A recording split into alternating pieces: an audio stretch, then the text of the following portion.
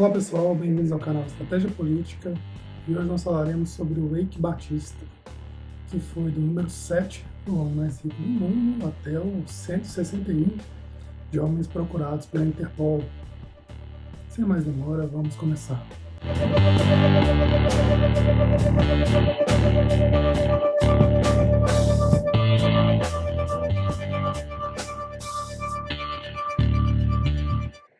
Bem, a história toda começa com a Operação Eficiência da Polícia Federal, né?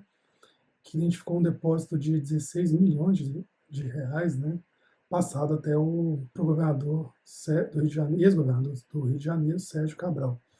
E essa transferência, né? Obviamente que um empresário que vivia de especulação, né? De mercado de especulação, obviamente que passou também via transferência de ações de especulação, ou seja, até esse valor também é meio contraditório, né? Mas ela foi feita, né? A gente sabe que foi feita através de transferência de títulos, né? Da Ambev, da Petrobras e outras empresas brasileiras, ou seja, sempre mercado de especulação, né? Que a gente sabe muito que o dinheiro dele é meio virtual, né? E a história começa mais com Cabral, né? Porque o Cabral, quando ele era deputado estadual, ele já abriu uma conta com alguns doleiros, né? Para quem não sabe, chama contas de offshore, né?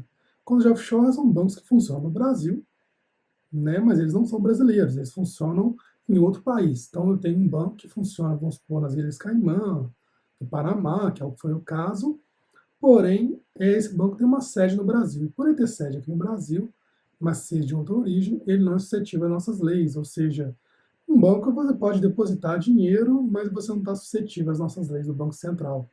Então a fiscalização é um pouquinho mais branda e em alguns países que não têm acordos, você inclusive não tem como rastrear essas informações. Então é um paraíso fiscal, né? Por isso que tem essa nomenclatura aí. E o Cabral tinha uma conta com 2 milhões de dólares, já como deputado estadual, numa dessas contas de paraíso fiscal. E usou desses doleiros para tentar justificar essa conta. A questão toda é que, durante a investigação do Cabral, isso em outra operação, foram identificar que tinha 100 milhões nessa conta. Ou seja, essa conta de 2 foi para 100. Aumentou muito, né?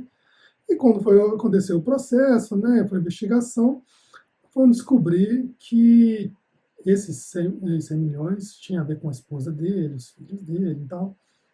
E quando a polícia estava indo atrás, houve um depósito de 1 milhão na conta dos advogados de defesa do Cabral. Aí tem uma coisa errada, né? Aí quando foram investigar essa coisa errada, descobriram que veio do próprio Eike Batista esse dinheiro. Ou seja, qual o interesse do Eike para a defesa da esposa do Cabral? Aí que as coisas começam a montar e a Polícia Federal rapidamente fez o cruzamento e identificou que desses 116 foram advindos do Eike Batista, no pagamento de propina no estado do Rio de Janeiro. E nesse pagamento de propina, o que se soube, né, através da delação, porque 2 doleiros que foram os responsáveis por essas contas, né, nos paraísos fiscais, foram delatores. Então eles falaram todo o esquema para a Polícia Federal em troca de algumas aliviações aí nas penas e tal.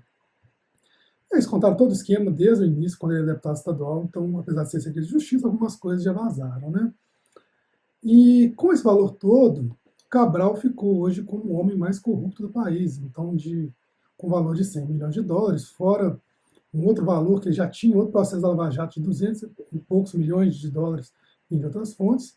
Ele ganhou muito de longe do processo que tinha da Lava Jato da Petrobras, que era de 97 milhões, que era o Barusco, né? Que até então era o homem mais corrupto do Brasil, perdeu o posto aí para o Cabral.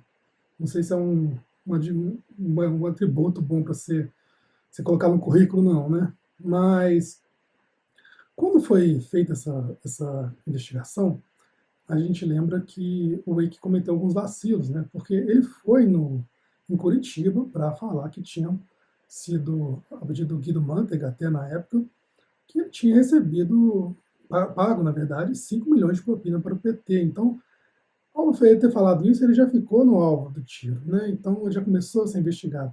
E quando foram cruzar as informações, a gente viu que muitas coisas não bateram. Aí, nisso, a Polícia Federal ficou em cima.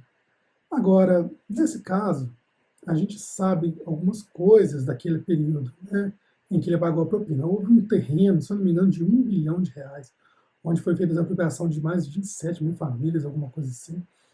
E todos esses valores são pagos pelo Estado, ou seja, ainda teve algumas obras em manutenção de navios, né, que tudo foi feito pelas empresas do EIC, do grupo X, né, das empresas terminadas em X, né. Então, a gente sabe que teve muitos ganhos aí acima, muito acima desses 16 milhões que eles foram pagos em propina. Agora, uma coisa é o marco, né? Um marco que é o fato do judiciário estar agindo contra o Cabral, agora que ele é ex-governador. Porque até então, aí botando um pouco de acidez aí na conversa, quando o Cabral era governador do Rio, a gente sabe que ele mandava prender e mandava soltar, né? Então você lembra muito bem quando tinha os protestos, né? O pessoal tirava, né, quem estava na porta da casa dele à base da bala, né? Então, no Rio sempre foi um cenário de guerra para qualquer pessoa que fosse contra o Cabral. A gente tem alguns casos aí, né, que foi o Ricardo Gama, né, que era um grande crítico do Cabral, que sofreu um atentado, né, que tomou alguns tiros, inclusive acho que tem 2 balas na cabeça até hoje, graças a Deus ele sobreviveu. E por falar mal do Cabral, ele recebeu até uma denúncia, né? Uma denúncia não, desculpa, ele foi condenado pela justiça a ficar em cárcere privado de. Privado não, desculpa, gente, cárcere privado não. Ele ficou em prisão domiciliar, né?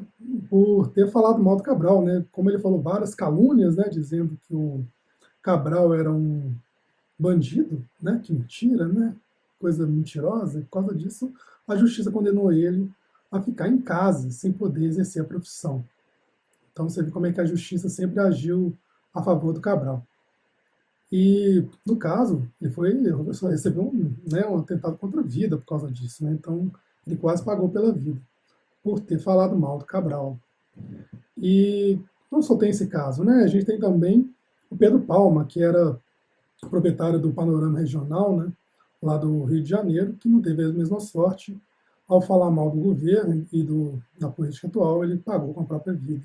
Então, o Rio de Janeiro não era um local confortável para se ser de oposição, né? Nem no judiciário e nem no jornalismo. Mas aí surge o juiz Marcelo Bretas, que é esse cara que mandou prender o Cabral, mandou prender a esposa dele, mandou prender o Eike Batista. Então, houve agora uma grande esperança com essa mudança do governo, que antes era do PMDB, para, de certa forma, democratizar mais o meio judiciário e o meio jornalístico, político no Rio de Janeiro. Então vamos aguardar aí as próximas notícias, mas a gente tem muito a entender ainda, até porque o Eike deve ter voltado aqui com uma proposta de delação, né? Porque está bem confortável em outro país, ele tem cidadania alemã, então é capaz aí da gente ter várias novidades para saber. Então vamos acompanhando aí. Se gostou, se inscreve no canal, se não gostou, comenta aí, fala aí o que achou. As notícias vão sempre melhorando aí. E não esquece de inscrever e curtir aí, no caso tenha gostado, para a gente continuar com o projeto.